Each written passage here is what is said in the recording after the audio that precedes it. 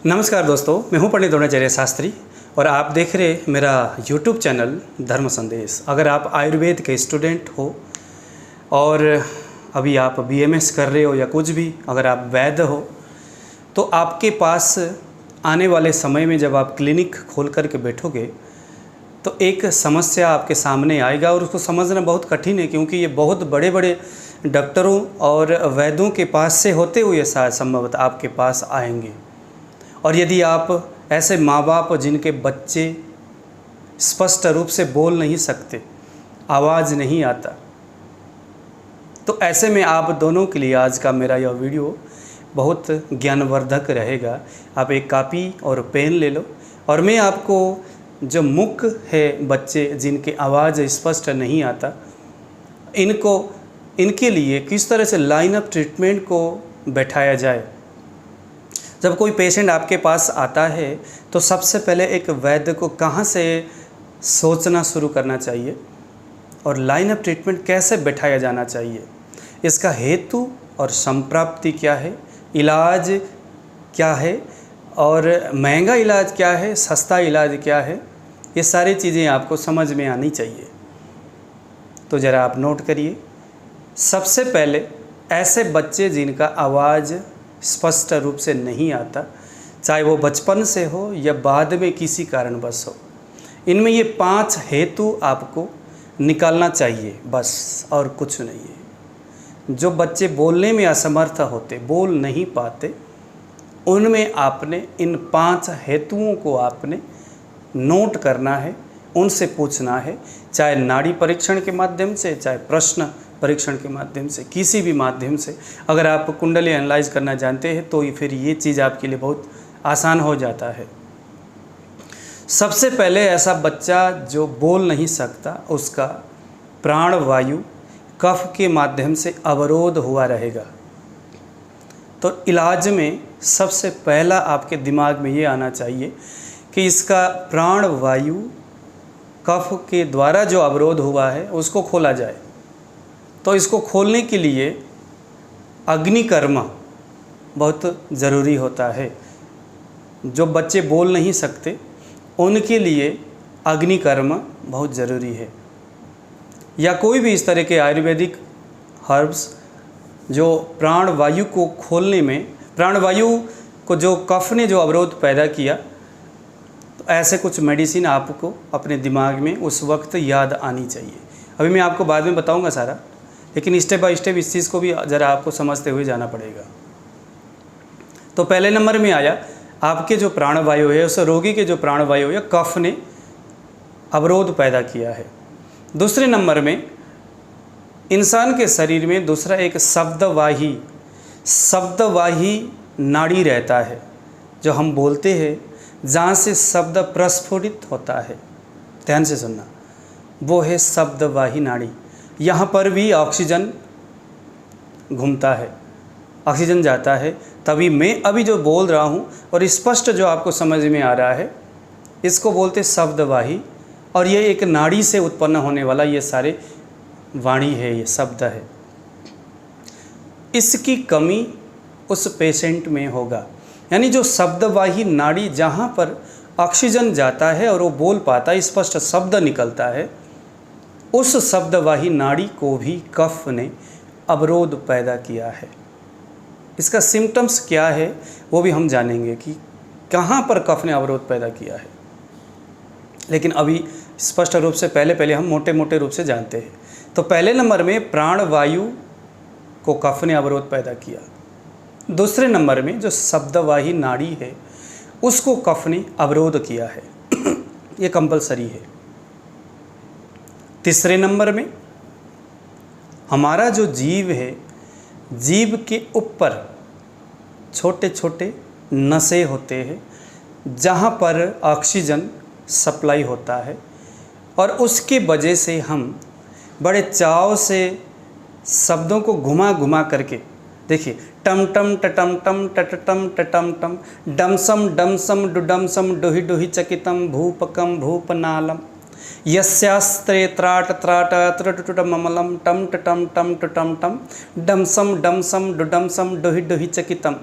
तो ये जो जीव जो घूम रहा है, ये घूमने के पीछे क्या होता है, हमारा जो जिह्वा के जो चेष्टावाही नाड़ी है, जिह्वा में रहता है ये चेष्टावाही, उस चेष्टावाही नाड़ी की सक्रियता से ही ये जीभ से इस तरह के अटपटांग से शब्द निकलते हैं।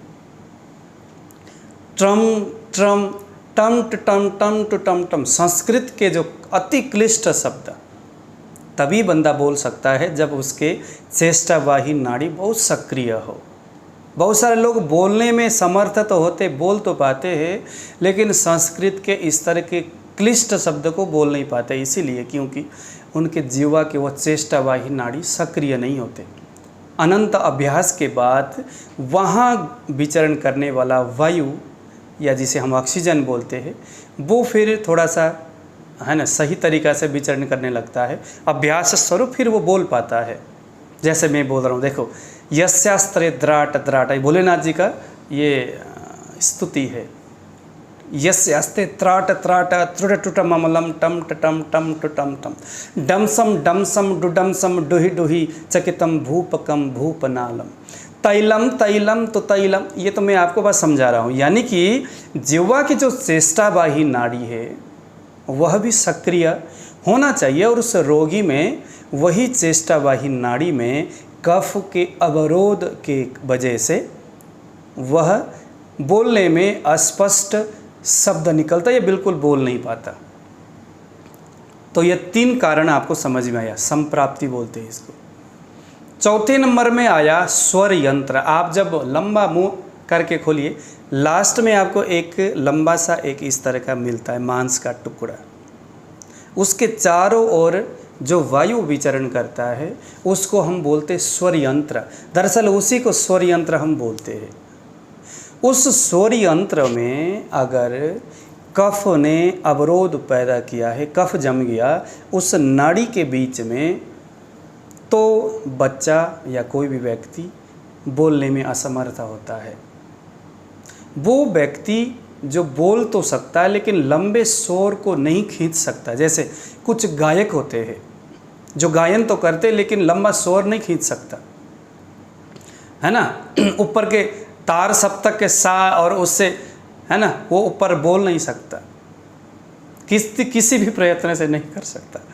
तो उसका मुख्य कारण है कि वो जो स्वर यंत्र है वो विकृत अवस्था में होता है, और जिनकी मंद सप्तक के जो स्वर है वो उच्चारण, नीचे के स्वर जो उठा नहीं सकते, उनके जिह्वा के चेष्टावाही नाड़ी जिनका सक्रिय नहीं रहता। बड़ा इंटरेस्टिंग टॉपिक है ये। छोटी छोटी बातें हमें, जो अगर आयुर्वेदिक वैद्य आप हो तो आपको समझना चाहिए। अगर आप पेशेंट हो, आपके परिवार में कोई इस तरह के बच्चे हैं, तो आपको ये वीडियो बहुत ज्ञानवर्धक रहेगा। कब कहाँ किस प्रकार से अगर कोई समस्या होगा तो किस कारण से वो होता है, आपको ये इस वीडियो से स्पष्ट समझ में आएगा। तो अभी हमने चौथे नंबर में स्वर यंत्र के बारे में बताया।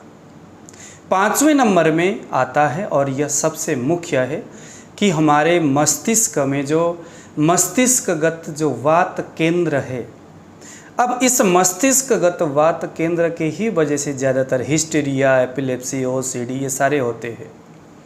तो उस मस्तिष्कगत वात केंद्र में जहाँ से वायु फिर मल्टीपल होकर के दूसरे सिराओं के अंदर प्रवेश करते हैं, उस मस्तिष्क केंद्र को भी जब कफ अवरोध पैदा करता है, उसके अंदर भर जाता है। ये ध्यान देना कि जो बिल्कुल भी बोलने में असमर्थ है, और जो उसके साथ साथ कुछ मंद ज्ञानी, मंद बुद्धि भी होते हैं, उनमें ये 5 संप्राप्ति, ये 5 कारण हेतु स्पष्ट रूप से दिखना चाहिए, तभी वो व्यक्ति इतना भयानक परिस्थिति से गुजरेगा। यानी कि अगर ऐसा कोई पेशेंट आपके पास आया जो मंद बुद्धि भी है और साथ साथ में बोल नहीं सकता, इसका मतलब ये 5 कारणों से वो उसका शरीर गुजर रहा है। एक तो उसके प्राणवाही को कफ ने अवरोध पैदा किया, शब्दवाही जो नाड़ी है उसको भी कफ ने अवरोध पैदा किया, जिह्वा के जो चेष्टावाही नाड़ी है उसको भी कफ ने अवरोध पैदा किया, और जो हमारा स्वर यंत्र है उसको भी कफ ने ही अवरोध पैदा किया। और सबसे बड़ी मस्तिष्कगत जो वात केंद्र है उसको भी कफ भर जाने की वजह से वहाँ पर भी ऑक्सीजन सप्लाई नहीं हो पा रहा था। इन 5 मुख्य कारण जब एक साथ जुड़ जाता है, इन सभी अवयवों में जब कफ अपना अवरोध पैदा करता है, तो ऐसे घनघोर और भयानक परिस्थिति उस पेशेंट के सामने आता है। वो बोल ही नहीं पाता, अनेक चेष्टा करता है। डॉक्टर ने खूब इंजेक्शन और ये सारी दवाइयाँ लगाया, लेकिन इन कारणों को वो इस संप्राप्ति का एलोपैथिक डॉक्टर का जो मेडिसिन है वो भंग नहीं कर सका। क्या किया जाए? तो दोस्तों, इसमें अगर कोई अच्छा सा डॉक्टर जो काफ़ी आयुर्वेदिक जो वैद्य जो अग्निकर्म करना चाहता है, हनुसंधि बोलते हैं, उस हनुसंधि में अग्निकर्म करना है, संज्ञावाही नाड़ी में अग्निकर्म करना है, बस ये 3 जगह अग्निकर्म करना है। भैया मैं तो नहीं कर सकता क्योंकि मैंने कभी किया नहीं है। मिर्गी के जो पेशेंट है उनमें भी ये जो है हनुसंधि और ये संज्ञावाही यहाँ अग्निकर्म होता है, लेकिन मेरा कभी हिम्मत नहीं पड़ा इसमें, क्योंकि मैंने कभी करते तो देखा है लेकिन मैंने कभी नहीं किया। तो इसीलिए मुझे डर लगता है, क्योंकि ये हनुसंधि बहुत सेंसिटिव एरिया है। तो अगर कोई ऐसा जो अग्निकर्म करना जानते हैं, बहुत एक्सपर्ट है, तो उनके पास लेके जाइए, अग्निकर्म कराइए। उसके बाद चूँकि ये कफ प्रधान इलाज समस्या है, कफ ने अवरोध पैदा किया है, तो कफ को कुछ लेखन, कुछ भेदन द्रव्यों के माध्यम से उस अवरोध को निकालने का हमें प्रयत्न करना चाहिए। तो यहाँ पर पहले दीपन, पाचन, स्नेहन और अभ्यंग आदि क्रियाओं के माध्यम से उसको पिघला करके फिर एक तीक्ष्ण बमन यानी कि बहुत तेज उल्टी करने वाली प्रोसेस यहाँ करना चाहिए। उसके बाद फिर दूसरे नंबर में गंडूस धारण। आपने एक तेल आता है, अगर आप खुद बना सके तो अच्छी बात है। वैसे बाज़ार के कोई भी जो दवाई है उसके ऊपर डिपेंडेड रहना यही सबसे बड़ा समस्या है आजकल के वैद्यों के लिए, क्योंकि वहाँ मैंने सुना किसी बड़े नामची जो कंपनी है उसने च्यवनप्राश के नाम पर आलू को बॉयल करके पता नहीं क्या क्या डाल करके उसमें डाल दिया। उसके बाद तो ना मेरा इन कंपनी के ऊपर खुंदक हो रहा है, बड़ा गुस्सा आता है यार। आलू को डाल करके च्यवनप्राश, जब भी तो ये कंपनी यार 200 रुपये का च्यवनप्राश देते। आंवला 200 रुपये में नहीं आता भाई 1 kg। च्यवनप्राश कैसे देते थे, जब कहते केसर युक्त च्यवनप्राश। हे भगवान, भगवान जाने ये कैसा बनता होगा। आलू ही डालते होंगे, क्योंकि इतना सस्ता तो आलू ही हो सकता है। आलू खाओ और च्यवनप्राश का गुण गाओ, है ना। चलिए, तो अगर आप खुद बना सकते हैं तो इसका चमत्कार आपको प्रत्यक्ष देखने को मिलेगा। तो जो महानारायण तेल है उससे गंडूस धारण करना। गंडूस क्या होता है? तेल को मुंह में डाला और पूरा मुंह में अंदर पूरा तेल को भर देना है, कम से कम 1 मिनट तक, है ना। उसको मुंह में रख करके बैठे रहना है, इससे गंडूस बोलते हैं। कवल का मतलब होता है थोड़ा सा मुंह में लेकर के गरारा करना। मुझे परफेक्ट शब्द याद नहीं आ रहा, इसीलिए बता दिया। इसको बोलते हैं कवल धारण करना, थोड़ा सा डाल करके, और गंडूस का मतलब पूरा धारण करना। तो महानारायणी तेल को लेना है और उससे हमने गंडूस धारण करना है। दूसरे नंबर में एक कल्याण अवलेह के करके मिलता है, महाकल्याण अवलेह भी मिलता है। तो जो कल्याण अवलेह, अगर छोटा बच्चा है तो कल्याण अवलेह लेना है और उसको घी के साथ देना है। घी के अनुपान के साथ कल्याण अवलेह देना है। ये आप सुबह और शाम दे सकते। भोजन करने के बाद अश्वगंधारिष्ट, क्योंकि प्राणवायु में कहीं ना कहीं कमजोरी भी तो है ही ना, कफ के अवरोध के वजह से। तो प्राणवायु को संचालन करने के लिए, वायु को थोड़ा सा तेज करने के लिए हमें यहाँ अश्वगंधा जैसे दवाइयों को देना ज़रूरी है। तो अश्वगंधारिष्ट भोजन करने के बाद वो देखना होता है रोगी का उम्र, उसकी ये सारी चीज़ें देखना है, बल और ये सारी चीज़ें देख करके अश्वगंधारिष्ट और जो कल्याण अवलेह है उसका आपने डिसाइड करना है कितना दिया जाना चाहिए। एक आयुर्वेदिक दवाई अगर आप खुद जड़ी जंगल में जाकर के उखाड़ के लेके आते हो तो मैं गारंटी दूंगा ये इसमें बहुत अच्छा काम करता है। इसका नाम है पुष्कर मूल। पुष्कर मूल 2 ग्राम पुष्कर मूल आपने सुबह और शाम गर्म पानी के साथ रोगी को देना है। और एक दवाई आता है कुलिंजन, आप सब जानते हो इसके बारे में। कुलिंजन के छोटे छोटे टुकड़ा बना करके रोगी को उसको निरंतर चूसने के लिए देना है। ये एक आयुर्वेदिक प्रोटोकॉल है, इस तरह से आपने इसको करना है।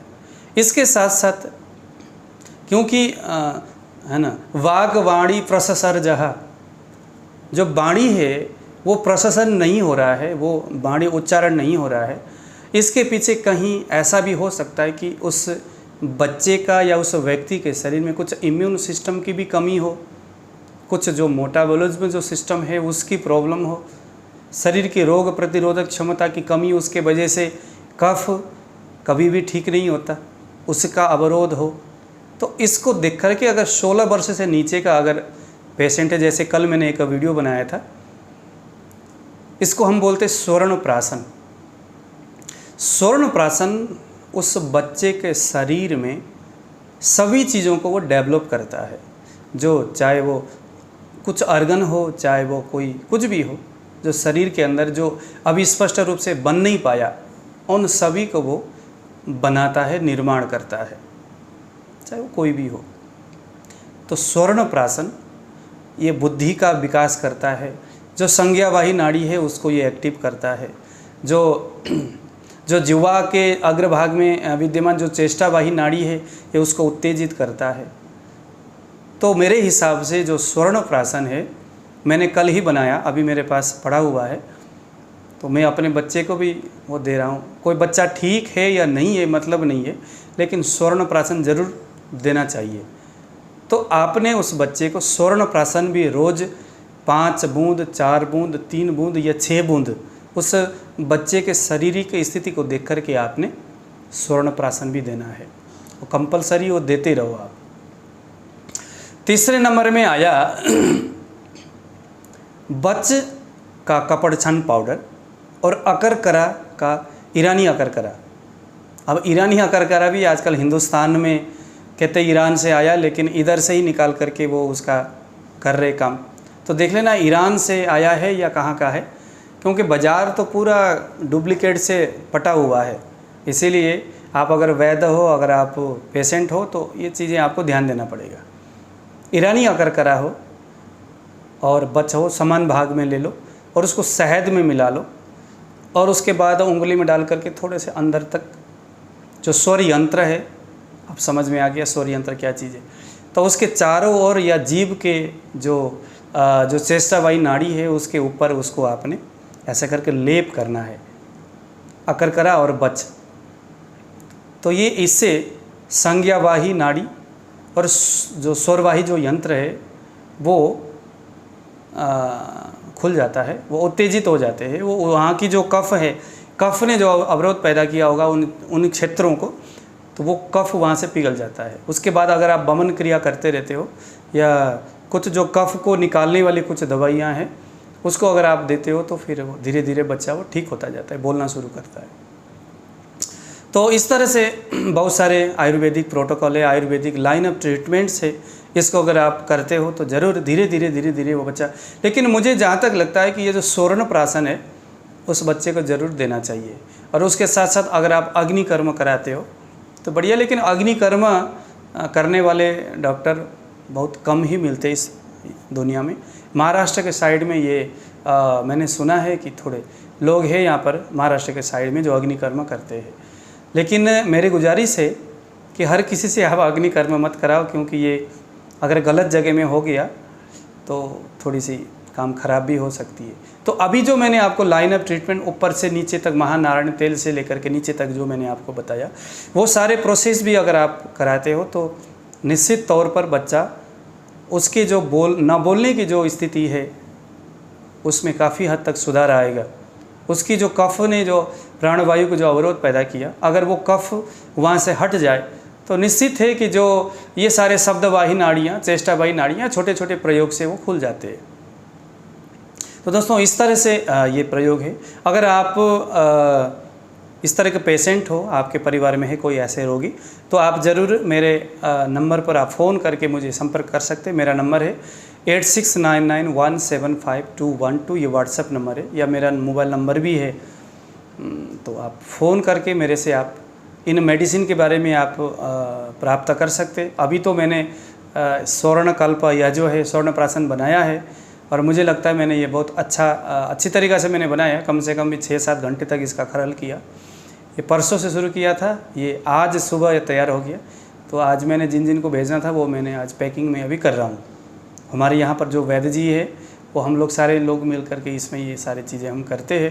तो यदि आप इस रोग से ग्रसित हैं तो आप ज़रूर मेरे से आप संपर्क कर सकते।